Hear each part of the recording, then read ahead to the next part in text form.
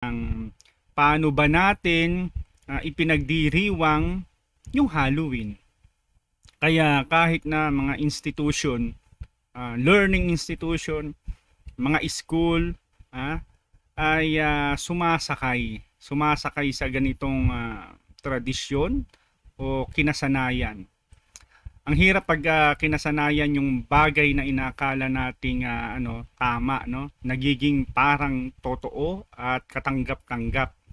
Pero kung napapansin po ninyo mga kapatid, mula nung mga nakaraang linggo ay panay na rin yung bakbak ng mga impormasyon ng patungkol sa turo ng simbahan upang panahon na maimulat tayong mga Katoliko sa mga bagay-bagay na dapat natin na maunawaan at hindi tayo patuloy na mahirati, makasanayan sa bagay na mali na akalain natin na ito ay tama at pagdating ng araw ay baka maging maging dahilan pa ito upang sa ating pagharap sa hukuman ay sasabihin natin, abay hindi ko alam. Yan kasi ayan, gaya-gaya, hindi natin namamalayan, it's for fun daw.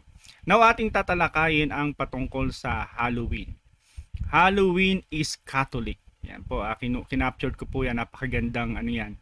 Halloween is Catholic, a celebration of holiness, not a tribute to demonic. Ayan na mga kapatid, bago natin talakayin, nais ko lang batiin ang ating mga kapatid na patuloy na sumusuporta sa ating mumunting layunin na ito, na kahit papano sa scope ng aking kinikilusan dito ay maparating yung mga aral ng ating simbahang Katoliko upang maging fair enough naman yung ating simbahan kung makakarating ito sa tao na magbubukas ng unawa at magbababa ng kanyang sarili upang tumanggap ng tamang aral. Upang sa ganon ay being fair to oneself na rin yan Nabigyan mo ng karapatan, binipisyo yung sarili mo na matuklasin kung anong talaga yung mga tama. At ito, nalalapit na yung tinatawag nating undas, di ba? Undas. Yan. Halloween. Nakakasanayan natin na nakatutuwa na tayo ay magdamit ng mga nakakatakot. No? Natural sa tao yun Gusto ng tao ng thrill. Kaya pati mga bata na impluwensya natin na ginagawang kalugod-lugod para sa kanila na it's just for fun, wala naman nawawala na trick or treat, 'di ba? Magdadala ng basket 'yan ng squash 'yan at lalapit sa mga bahay-bahay, kakatok, maging sa school ay pinapractice 'yan. Ano yung kunyaring naka-front doon para daw ay maipractice yung giving, giving dun sa maling pamamaraan actually. Marami namang pamamaraan upang ituro natin yung ganyang kumbaga katuruan at kaugalian ng pagbibigay, but not using yung mga images na talaga namang tumutukoy sa mga kademonyuhan. Yun. At ito ang dapat nating ituwid mga kapatid. Panahon na para tayo'y makalaya dito. Panahon na para hindi natin i-tolerate. Kaya nga, isang pari po ang nangangampanya po nito. 7 taon na pala itong kinakampanya ni Father. Ito po yung pinaka-title ng niya. Dali Ayan. To reclaim the Halloween celebration from the evil and return it back to the saints. Yan. Narinig ko po yan na pinaliwanag po yan ni Father Cerudo, isa pong exorcist priest, doon po sa programa ng Punto por Punto kagabi. At ito po ay nakatutuwa na sana puntahan nyo yung YouTube, yung channel na ito, hanapin po ninyo yan. Mas higit kayong makakaunawa dahil authority nagsasalta, isang exorcist priest, no? Dahil may kinalaman to sa kung papaano tayo nagiging loyal, kung papaano ba nating na-offend na pala ang Diyos sa pamamaraan na ginagawa natin na lingid sa ating kaalaman ay ating tinatanggap lang ito na para sa katuwaan. Minsan ginagawa nating dahilan ito, di ba? Wala namang problema yun eh. Wala naman sa akin yun eh. It's just for fun. Para lang masaya, no? But yung para ka sumaya, yung damdamin po natin ito, hindi po yun yung issue eh. Yung issue nito kung sa iyong pagkakaroon ng fun, kasiyahan, baka naman may na-offend tayo. At yun ang totoo. Ang ating Panginoon Diyos na sa simula't simula pa ay alam naman nating mapanibughuin. Kaya ang sabi niya, ang Diyos lang ang ating ibigin ng higit sa lahat, nga, ay labis-labis nang na-offend. Yan ang mensahe ni Mama Mary actually doon nung siya ay nagkaroon ng apparition sa Fatima. Do not offend our Lord anymore. He is already deeply offended because of sins, dahil sa mga mumunting mga bagay na iyan. Mantakin po ninyo kapag ipinagpapatuloy po natin yung ganitong uri ng selebrasyon, pagdiriwang, ay pumapayag po tayo sa ating sarili na pwedeng magkaroon ng pitak yung mga kademonyong ito, yung imahe. Huwag niyo sabihin yung may pangil, yung may sungay, angel. Oh, siyempre iisipin natin na demonyo 'yan. Kaya nga inaano natin binubuhos natin yung ating talento, creativity kapag may mga contest na ganyan, no? Even sa mga Christian community, nagiging katuwaan na lang. Pumapayag tayo na sa isang araw sa buong taon ay merong nakalaan para i-honor sila. Yes, it is the way of honoring them dahil inire-recognize natin sila. Dapat wala talaga silang puwang sa buhay natin, hindi natin pinapansin sila. Ganyan yung demonyo, ganyan yung ayaw ang tinuturo sa atin ng Diyos sa mga bagay na hindi katanggap-tanggap, sa mga bagay na hindi ganap, sa mga bagay na madumi. Ni ayaw nga pahawakan ng Diyos yan di ba? Ni ayaw niya nga sumagi sa isipan yun. Lumayo tayo dyan. Pero yung i-celebrate natin at magdulot sa atin ng for fun, it's not that fun. It's not fun na kung ikaw ay pagdating ng araw ay mapahamak dahil sa inakala mo lang na ito'y katuwaan lang. So bilang pagtugon po sa paanyaya, sa campaign, at sa patuloy na pagsisikap ng simbahan na muling na ma-reclaim o makuha yung okasyong ito na originally sa Catholic nang galing, ibalik yung tamang selebrasyon, tayo po ay pagsumikapan nating pag-usapan ngayon. Yan. So salamat po sa mga ka-sister, ka-brother ko na alam ko na nandiyan dyan na sumusuporta po sa akin. Yan. Kaya ako sinisipag-sipag dahil nandiyan yung kanilang pagmamalasakit. At may mga kaibigan din po tayo sa lay minister na ikinatutuwa yung mga gantong usapin. Kaya nga natutuwa ako, nagpabili na po yung isa nating kapatid ng ng Deliverance Book of Father Sikia. Kasi po ay hindi mo akalain na may mga silent viewer kasi ng punto por punto, follower ni Father Darwin Gitngano sa loob ng simbahan na tahimik lang, nagugulat ka na lang ay tagasunod pala, no? At makikita po ninyo ramdam ninyo yung kanilang eagerness na matuto din. So shout out sa mga kalaiko ko diyan sa St. Anthony de Padua. And of course, doon sa aking pinanggalingan sa St. Clement. Brother Nato, ang aking mentor, Ninong. Kamusta po? At kay Brother Max, yan isa sa nag-a-approach sa akin ngayon dito sa aking muling pagbabalik sa paglilingkod, no? So eto nga, pag-usapan natin.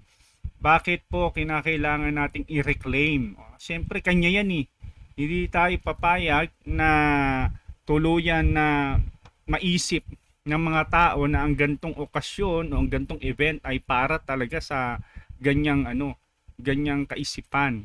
May mga katuruan kasing ganyan na kapag dumarating yung araw na ito ay may nabubuksan di umano na portal, no? Lalo na sa araw ng mga kaluluwa. Yan, mga portal o isang portal na kung saan dadaanan ng mga soul, no? Upang makapiling ang mga mahal sa buhay once in a year. That's very pagan, that's not Christian, no? Kaya naman ang tendency natin yun, inaakala natin yung pagpunta natin doon sa libingan ng ating mga yumao ay talagang physically na na nakakasama natin sila, which very wrong. Kaya nga nandun doon tayo upang gunitain yung kanilang mga ginawa, mga bagay na nagpasaya sa atin. At habang ginugunita natin yung mga pangyayari na nakasama natin sila sa ating buhay, magiging thankful tayo. At yung being thankfulness natin, siya nawang mag-udyok sa atin upang ipanalangin sila, which is very, very meritorious sa kalagayan nila. To offer a prayer for them. Ngayon, balik tayo doon sa Halloween. Yan, Halloween. Punta tayo sa mall, makikita na natin mga dekorasyon, mga sapot-sapot. At yan ay sinakyan po kasi ng mga business, mga pera-pera na lang, kahit na mali, sige na lang din, basta kumikita, gano'n naman yun 'di ba? Real talk lang. Pero ang pinagmulan po niyan ay pagan, mga pagano, hindi kristyanong turo. Kaya wag po nawang iisipin ng mga kapatiran natin na lumabas sa iglesyang tinatag ng ating Panginoon na itong uri ng selebrasyon na ito ng Halloween sa ganitong pamamaraan ng mga pagsusuot ng mga engkanto, mga demonyo ay pinapahintulutan ng simbahan. Maling-mali po tayo dyan. Hindi po yan. Tinututulan po ng simbahan yan. At kung uunawaan nyo lamang at ito yung ating pag-aaralan kung bakit na ito ay talagang taliwas sa aral ng simbahan. So, atin pong talakayin ang paksang ito. Yan. Una sa lahat, ito, ang Halloween po ay contraction ng salitang Old English na All Hallows Eve. Old English po yan. Yung mga English na sinauna pa, ginagamit yung salitang Halloween na yan, na ibig sabihin All Hallows Eve. All Hallows Eve. Tatlong kataga po yan. Ang salitang hallow, unang-una, bilang noun. Noun is the name of person, place, or thing. AB English, kaway-kaway. Brother John Blanco, parang well done. Ang ganda na ng barong ko. Biglang ganun no? Yan, bilang noun. Old English po ito. Nangangahulugan, yung hallow ay banal, saint. Pangsalitang hallow as noun, ito Old English to na nangahulugang saint, at bilang verb naman, verb, yun, action, ito ay holy, yan, holy or banal. So pagsamahin natin hallow or saint at saka yung in, di ba? Halloween. Ito ay ang ibig sabihin evening. Hallow, banal o saint, evening. Pag pinagsama niyan, buuin natin Halloween. Di ba? Good evening. Good evening to you. Good evening. Yan, Halloween. Ang ibig sabihin, All Hallows Eve po yan. So dito pa lamang sa pinaka katawagan na ito na All Hallows Eve ay kung naunawaan natin na taliwas na taliwas talaga na ito ay sasangkapan natin ng mga hindi banal. Wala silang karapatan dyan. Walang karapatan yung mga engkanto, mga demonyo, mga white lady, ng mga monster, kung ano-ano pa. Huwag na nating mexik-mexik na yan. Mexing-mexing na natin yan, di ba? Huwag nating paghalu-haluin. Ang sa banal ay sa banal. Oh, mexing na naman yan eh, no? So hindi po dapat pinaghahalo at hindi po ito umuugnay doon sa tamang pagkakapaliwanag ng Halloween. And next, ang tanong natin, saan ba galing yan? Yan. Siyempre, suportahan natin yan ng Bible verse, no? Sa Matthew 6:9 ng King James Version. Yan. King James pa yan, hugutin natin. Yung salitang halo, bakit naging banal? Ito, ginamit po yan eh. Nung nagturo po si Jesus ng prayer, nung may nagtanong sa kanya, paano ba yung manalangin? Di ganito kayo manalangin. After this manner, therefore, pray ye, Our Father which art in heaven, hallowed be thy name. Hallowed be thy name. Forever you're the same. Yan, di ba? Hallowed. Sa New English naman po yung hallowed, ibig sabihin ganitong pagkakabanggit. At ito yung usually na naririnig na natin. Our Father who is in heaven, holy be your name. Banal. Kaya meron po tayong suporta ng ibig sabihin ng hallow ay banal. Okay? And now, at yung ating ginagawa pong selebrasyon na ito, mga kapatid, ay may kinalaman po sa Communion of Saints.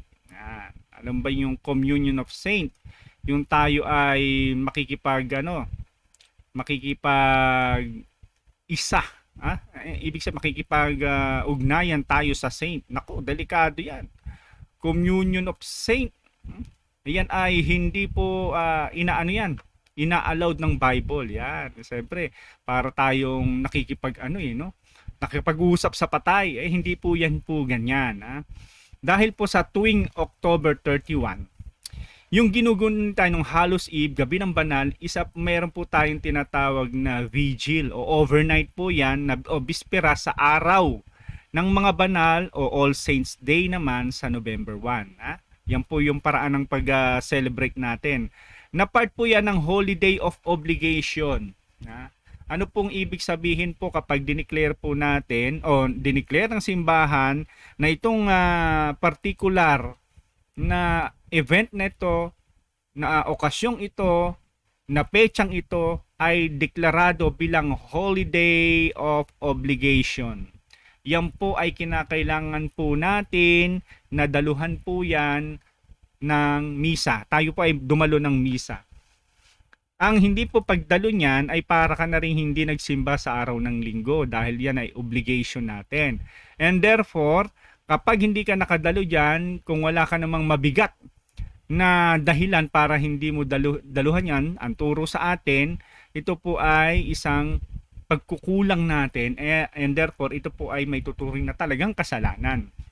Ito po ay mortal sin. Mortal sin yan, hindi yung venial sin lang kasi napakahalaga sa buhay natin na we will keep the presence of God, yung communion natin kay Jesus sa Holy Eucharist. Yun po, holiday of obligation tayong mga Katoliko or solemnity sa ating liturgical calendar. Paggunita sa mga banal na nasa langit, maging canonized man o hindi.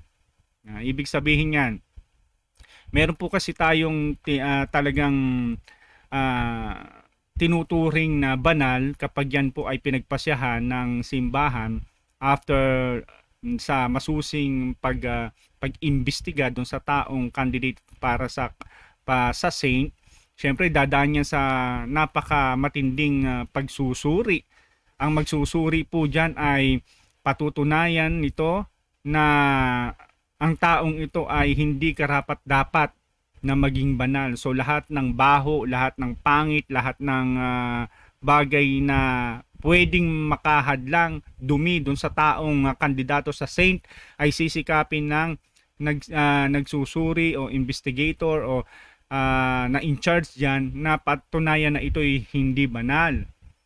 Upang sa ganun talagang madalisay. Pero kung wala talagang makita, o isa lang yan sa mga grounds at category, talagang ang simbahan ay magpapasya ng taong ito ay walang halong pag-aalinlangan, no? beyond reasonable doubt na siya ay banal at yun ay kinakanonize. Pero yung mga hindi naman nakarating doon sa kaalaman ng simbahan, syempre hindi naman lahat ay namo-monitor, hindi naman lahat ay naisasubmit yung buhay ng taong ito, pero sila ay banal, kasama po natin silang sineselebrate. Kasama po natin yan na pinagpapasalamat sa Diyos, no? So ngayon tatanungin natin, no? Totoo ba yan? Biblical ba yan? Ito yung verse na kanina pa naka-post sa atin, no? Sa Hebreo 12:22-23. Nakalagay po dito, basahin po ninyo. Datapwat nagsilapit kayo sa bundok ng Sion at sa bayan ng Diyos na buhay, ang Jerusalem sa kalangitan, at sa mga hindi mabilang na hukbo ng mga anghel. 23. Sa pangkalahatang pulong sa iglesia ng mga panganay na nangatatala sa langit, mga panganay na nangatatala, naka-record na doon sa pangkalahatang pulong o meeting na yon, at sa Diyos na hukom ng lahat, at mga espiritu ng mga taong ganap na pinasakdal. Di ba mga banal? Yung mga espiritu doon ng mga taong ganap na pinasakdal. Maliban na ikaw ay sakdal, kasakdal-sakdalan, yan, purified ka, hindi ka banal. Pero ito ay sinasabi na nagsilapit kayo sa bundok ng Sion, doon sa bayan ng Diyos na buhay, at doon sa hindi mabilang na hukbo ng mga anghel. Nakikita po niyo yung mga binanggit po ditong kataga na nagpapatunay ng ating pananampalataya tungkol sa communion of saint, di ba? Ang communion saint ng banal na simbahan ng ating Panginoong Jesus sa Iglesia Katolika. Nagmula sa ating banal na Diyos hanggang sa kanyang mga banal na anghel at mga banal na panganay ng simbahan, Jerusalem sa kalangitan, hanggang sa mga espiritu ng mga taong banal na ganap. Naganap, ibig sabihin na fully, na purified na. Natapos na sa proseso ng kung papaano siya mararating yung antas ng kabanalan, na taong banal na ganap na pinasakdal. Hindi lang basta banal, no? Taong banal na ganap na pinasakdal ng Diyos. Yun yung mga sineselebrate natin. Yung mga saint. So, biblical po o hindi? Kayo na po makakasagot kung ang binabasa kong ito ay galing ba to sa Quran, o galing ba to sa Hiwaga Comics, o baka naman galing ito sa karunungan lihim, sa mga itim na libro. Sige nga, ilabas nyo yon kung may nakasulat na ganito. So ito ay turo mismo ng simbahan at hindi turo ng mga matatanda sa mga kasabihan, sa mga heresy na mas madali at nagiging katanggap-tanggap pa sa tao kaysa mismong lehitimong turo ng simbahan na patuloy na nakalulungkot na ito ay pinag-aalinlangan. Mas nagiging katanggap-tanggap pa sa kanila o sa karamihan sa mga tao yung mga turo ng mga sabi ng matatanda. Ayan, pati portal. Yun, nagkaroon na ng portal. Yung kaluluwa na nandun na sana sa sa pagkandili ng Diyos. So, babalik pa dito kaya kung ano-ano mga paniniwala. Now, at sabi pa sa next natin dito sa Hebreo, at inutusan po tayo, utos po ito na alalahanin ang mga banal o mga santo na minsang nagpahayag sa atin ng salita ng Diyos. Basahin natin sa Hebreo. Alalahanin ninyo. Huwag ninyong kalilimutan, alalahanin ninyo ang nangagkaroon ng napupuno sa inyo na siyang nangagsalita sa inyo ng salita ng Diyos, at sa pagdidili-dili ng wakas ng kanilang pamumuhay ay inyong tularan ang kanilang pananampalataya. So ang purpose ng pag-alala po natin doon sa mga taong minsan ay namuhay dito sa mundong ito ng may kabanalan, na ipinahayag ng may buong katotohanan ang salita ng Diyos, na nangagsalita sa inyo, na nangagturo sa inyo, ng tuwid sa inyo. Sila yung alalahanin natin, dili-dilihin natin ang uri ng kanilang pamumuhay, ha? At inyong tularan. Ayun pala yun. Kaya yung mga saint po, mga kapatid ko sa ating Panginoon, ang tunay na pagkakaroon ng pamimintuho o pagkakaroon ng devotion sa isang santo, minsan lagi natin nasasabi, sino ang paborito mong saint? Bakit? Kasi siya may power na ganito. Ako si Saint Benedict kasi siya di umano ay may power sa mga engkanto panlaban. Period. Sino ang saint mo? Ito si Saint ganto para sa kagat ng aso. San Lazaro ba yun? Yan. Period. Kaya deboto na ako niyan. Deboto na ako ng saint ano. Sino ang ano mo? Saint mo? O bakit mo ano yung paborito mong sacramental na ginagamit? Ito. Yung ano pa, syempre yung sikat na sikat. O, itong Miraculous Medal. Bakit? Miraculous daw to. Hanggang doon lang period. Pero hindi nila naintindihan na may pinagmulan, may history ang bawat sacramental at ang mga bawat banal na naririyan upang hindi natin basta gawing magkaroon tayo ng devotion sa ganong kababaw na pagkakaisip. Tapos isipin natin na pag tinawag natin yan, yan ay tutugon sa iyo. Ang santo ko, si Saint Michael. Yan. Ang santo ko ay kung sino-sino. Kaya pupunta ako sa simbahan doon kung saan mayroong rebulto doon. Pupunasan ko kasi deboto ako ng santong yon. Pero iisnabing ko ang Eucharistia na kung saan ang nagpabanal sa santong yon ay ang Kristo na dapat nating unawain, na dapat nating tanggapin, na dapat nating mahalin at paglingkuran. Yung santo ay bunga lamang yan ng ginawa ng ating Panginoon, tinularan ng ating Panginoon at sila'y naging santo. Kaya kung tayo pupunta sa simbahan, gawin natin ang marapat na dapat nating ginagawa sa simbahan. Hindi tayo dadaan lang dahil meron tayong ninanasa na benepisyo sa atin na sapat na mag-alay ka ng mga ilang minutong panalangin at sabihin natin sapat na yon. Paano ang Panginoon na nandoon? Paano yung banal na Eucharistia na dapat natin na tinatanggap? Isnab. Ha? Pinawawalang bahala.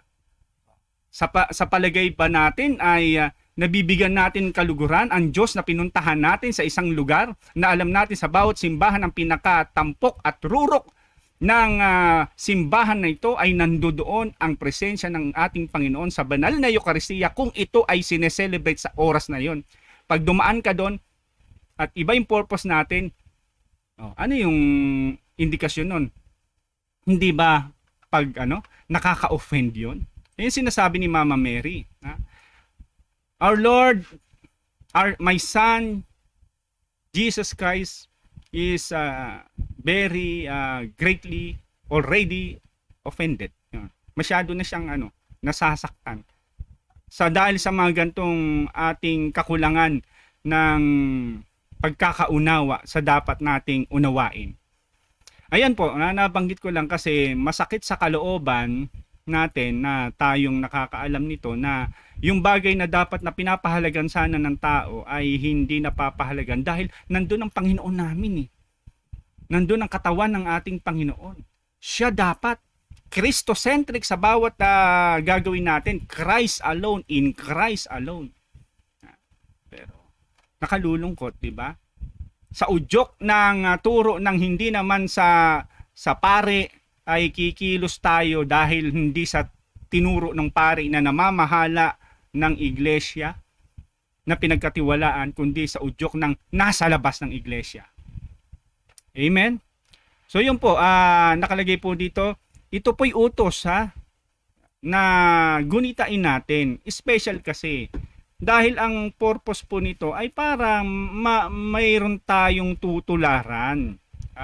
Na malaman natin na sa gitna ng ating pagsisikap na maging matuwid, sumunod sa kalooban ng Diyos, na nandiyan at hindi natin talaga maialis ang katotohanan na kalakip ng ating pagsunod sa ating Panginoon, nandyan yung suffering, nandyan yung trials.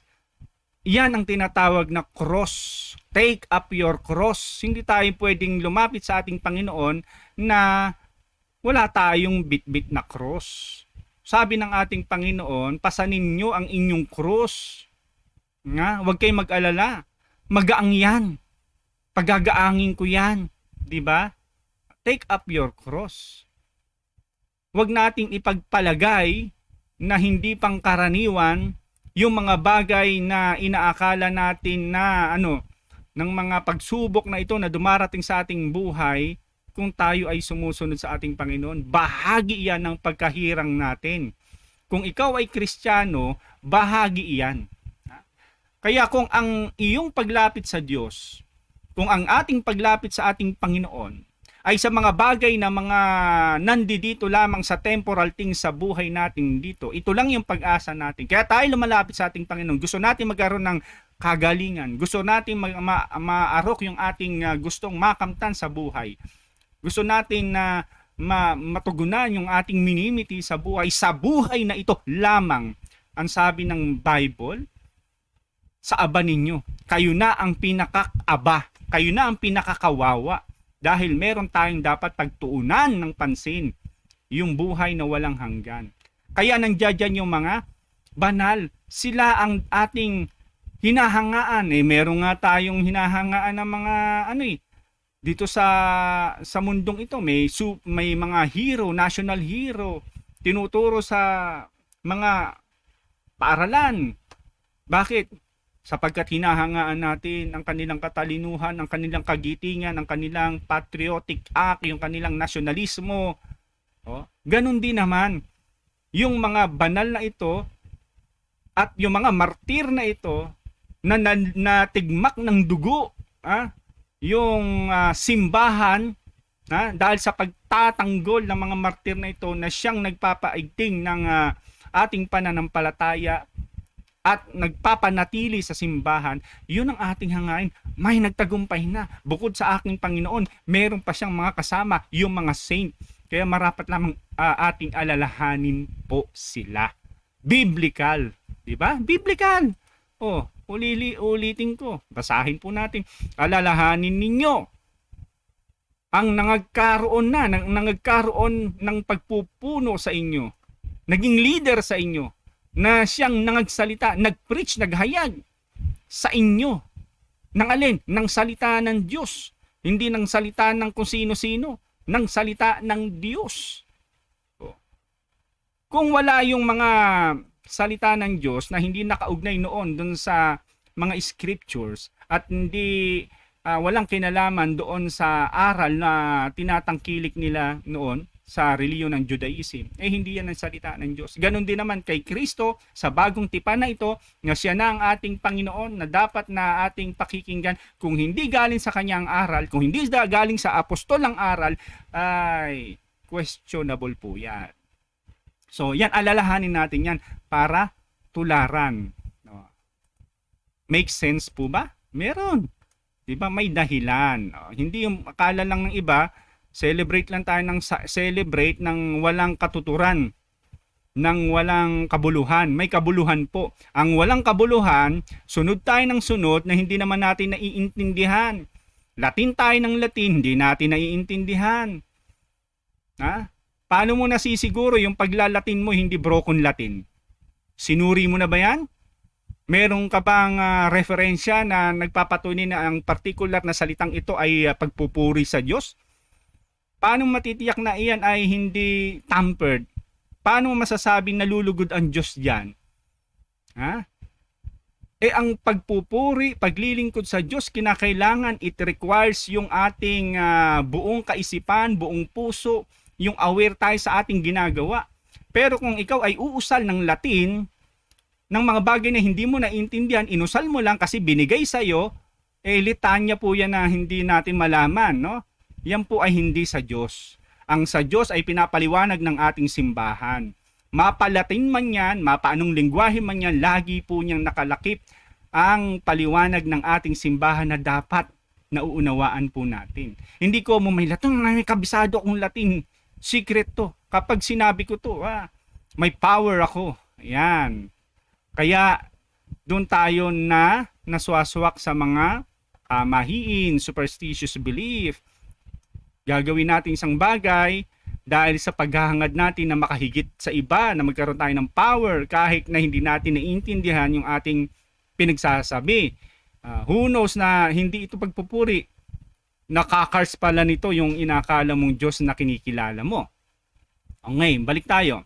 Sabi dito ni Kuya CFD, banggitin ko na po kasi ito po ay malaking tulong si Kuya CFD na pinadadali ang mga pagsisikap namin mga baguhan na kahit papaano yung makatulong na makapag-spread ng aral ng ating simbahan.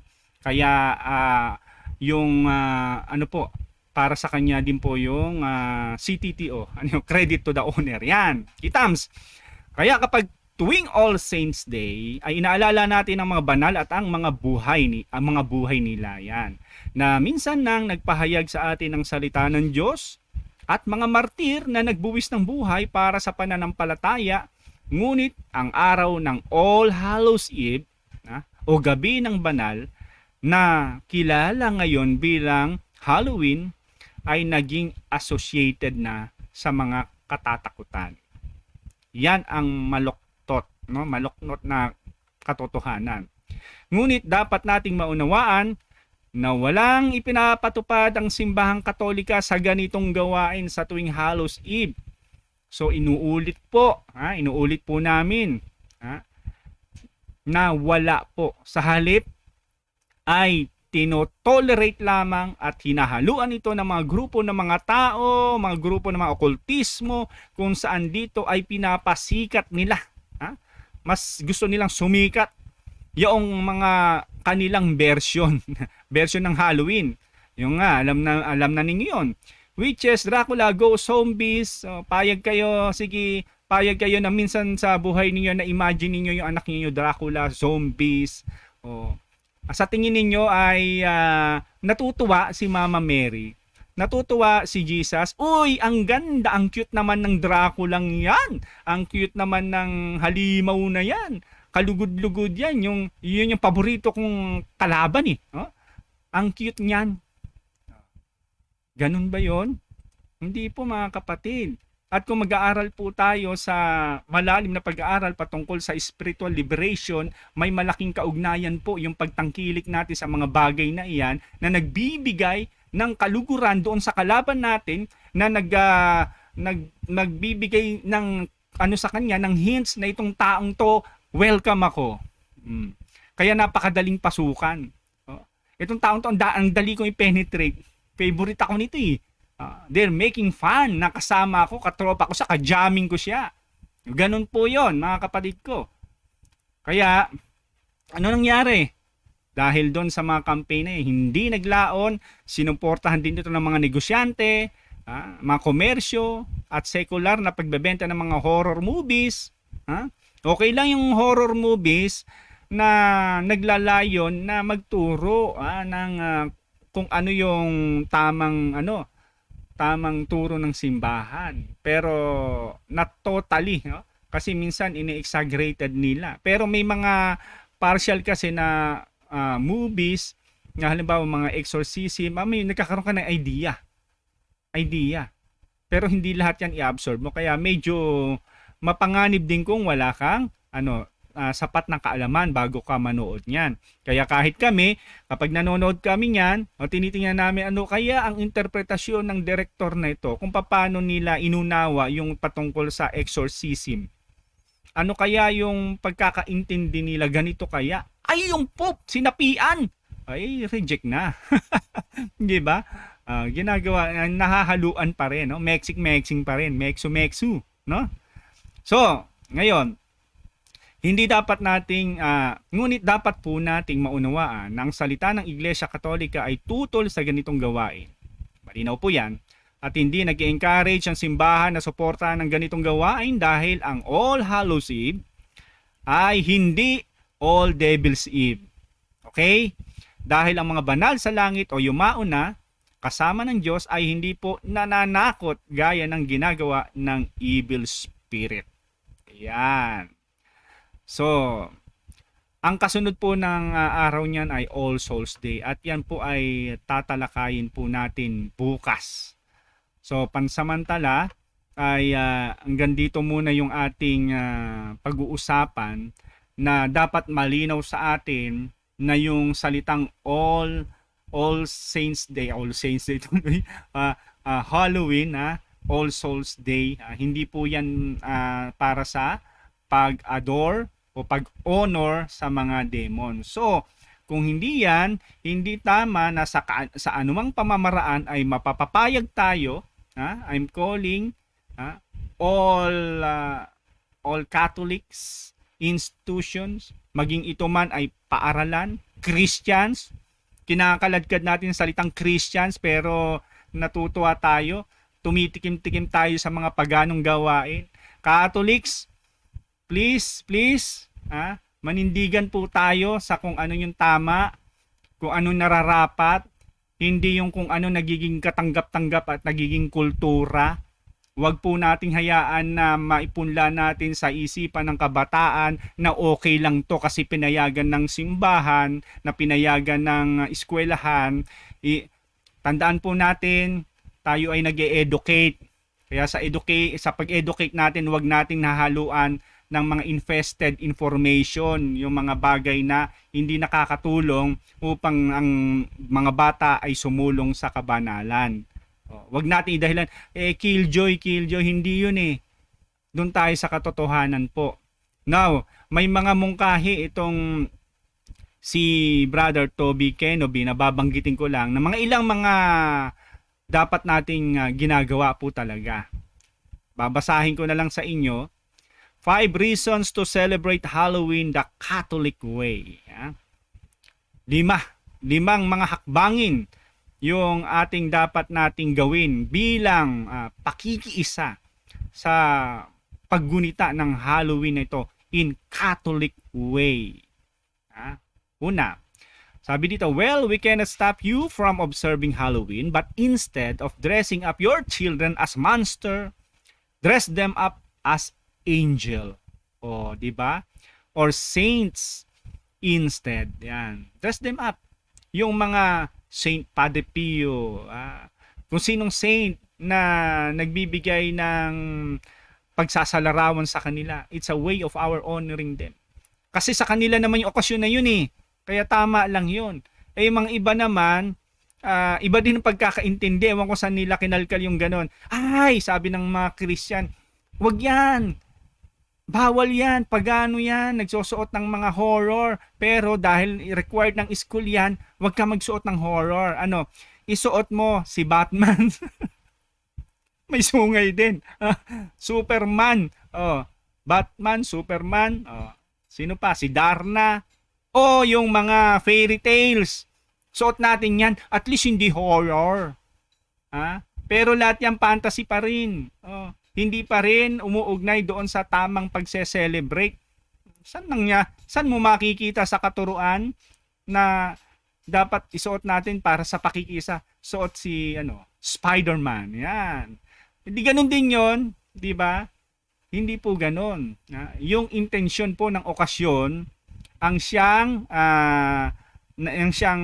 account dito.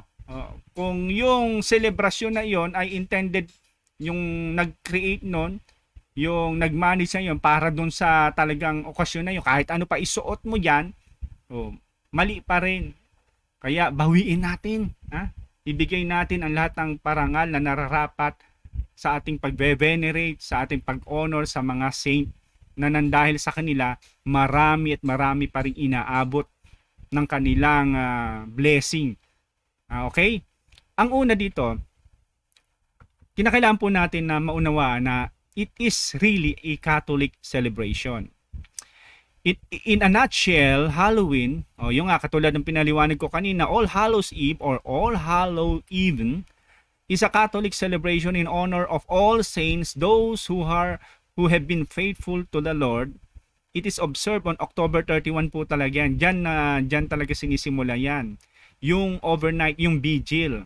of the Solemnity of All Saints sa November 1. Its origin as a Celtic celebration being Christianized warrants and lengthy discussion. It is also subject of much discussion even today. You may read about it in the articles we've suggested below. Meron na sinasuggest. Itong pangalawa po, to teach our children to admire holiness. Yan.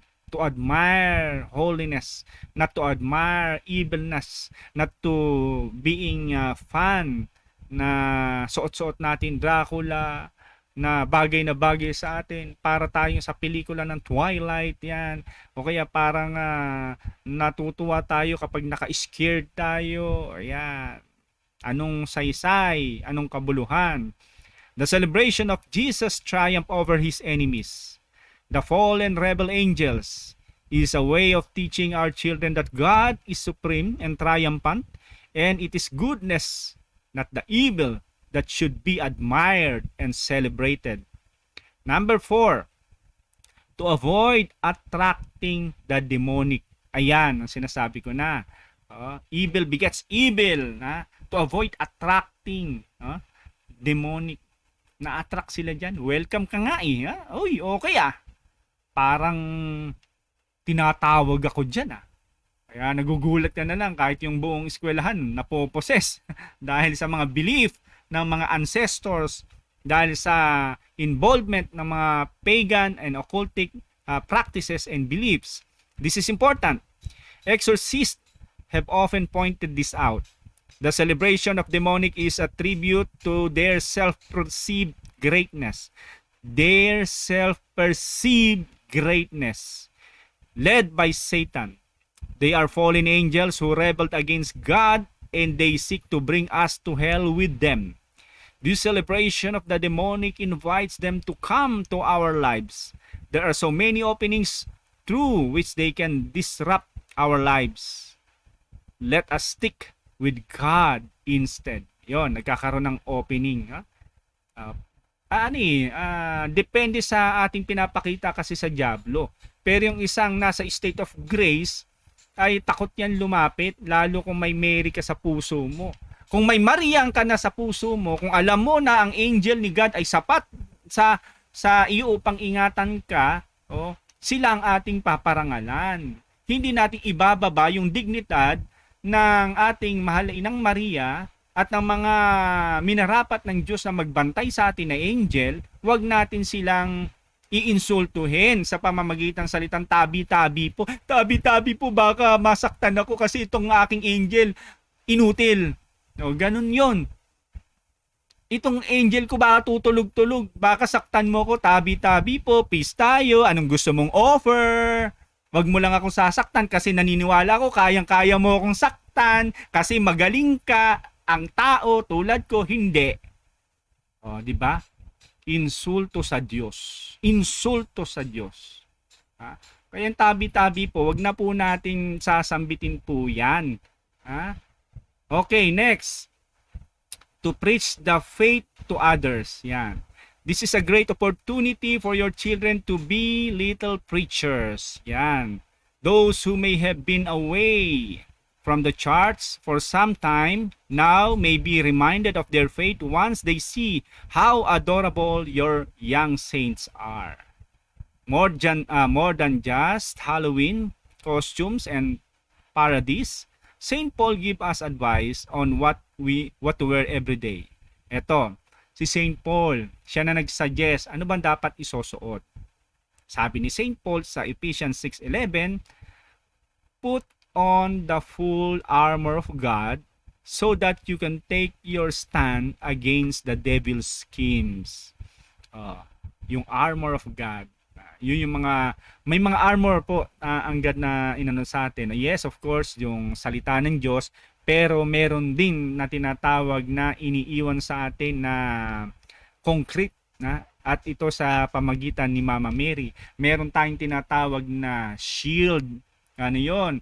Yung nagdasasanggalang sa atin. Ano yon? Yung damit ni Mama Mary in a form of scapular. Diba? Meron din tayong panglaban, pansalakay, yung sword. Ano yon mga kapatid? Yung rosary. Diba? Armor. O ano pa? Meron tayong tinatawag na pangsanggalang din. Oo. Yung miraculous medal. Yung mga ganyan ang dapat nating sinusuot. Diba? Suot-suot natin yan, tapos magsusuot tayo ng mexing-mexing na naman yan, na pananampalataya na yan, napupunta na naman tayo sa syncretism niyan. Tandaan po natin, SSS ang siyang magpapahamak sa atin, sa kaluluwa natin. Ano po yun? Syncretism. Pinaghahalo ang faith ng Catholic faith sa ibang mga turo ng mga pagan, turo ng matatanda, turo ng mga lolo't lola na hindi galing sa simbahan, hinahalo, hindi paniniwalaan ng lubos yung turo ng simbahan, mamimili lang, mamumukot lang, at tatanggap din sa turo ng iba, turo ng Chinese, turo ng horoscope, turo ng bagay na alam nilang makakatulong sa kanila, halo-halo sa isang formula, syncretism. Ano pa? Yung isang S, superstitious belief, yan, mga pamahiin, mga kasabihan na wala namang kinalaman doon, pero itinatali nila ang kanilang sarili na kailangan nilang sumunod doon sa inuutos ng pamahiin, doon sa nire-required ng pamahiin. Bakit? Takot. Pag hindi mo sinunod, baka mapahamak ka. Takot sila doon sa ma-retaliate sila o madali sila ng mga engkanto. Hindi sila takot doon sa nasasaktan nila ang Diyos. Hindi sila takot doon sa binabaliwala nila ang turo ng Diyos. Hindi sila takot doon. Mas takot sila baka mamagaang pa ako. Yan. Takot sila doon. Ikatlong S. Anong S? Simony. Yan. Simony. Bibili ng agimat. Paghahalo-haluin na parang chapsoy. Buto ng sampalok, buto ng kung ano-ano, buto ng sinukuan, yan, buto ng kung alin-alin, tas lalagay si Saint Benedict. Kung nabubuhay si Saint Benedict, baka ikaltok sa inyo yung mga anting-anting nyo yan eh. Oh, di ba? Simony, bakit bibili mo? Dahil blessed daw. Saan nanggaling yung bless? Sino ang nag-bless? May authority ba nag-bless? Bibilin mo. Nabibili pala yung kapangyarihan nyo eh. Kaya pala, ganun. Kasi yung kapangyarihan nyo nalolobat na kung saan ka pagmahal na araw na pinapaniwalaan, sabihin na natin, sakyan natin yung kaisipan at level ng pangunawa ng iba na hindi naman talaga ganun, na sa mahal na araw, Biyernes Santo, kung saan ay pinaniniwalaan ng mga iba na patay ang Diyos, o doon naman magcha-charge. Ay kung patay ang Diyos, sino ang magbibigay ng power doon sa mga anting-anting ninyo? At bakit nyo tinetsyempo yan dito sa pamamaraan ng pagdiriwang ng simbahang Katoliko?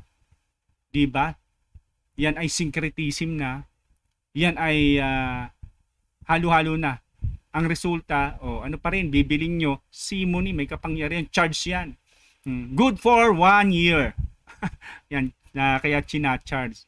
So, sana po makalaya po tayo at ito lang, ipag-pray natin ang ating mga mahal sa buhay sa All Souls Day, pag-usapan natin bukas, at ipagpasalamat natin yung mga heroes ng ating faith. All saints in heaven, together with Mama Mary, pray for us. Adjesum per Mariam. Ngayon, mayroon lang po akong na gustong i-share po sa inyo.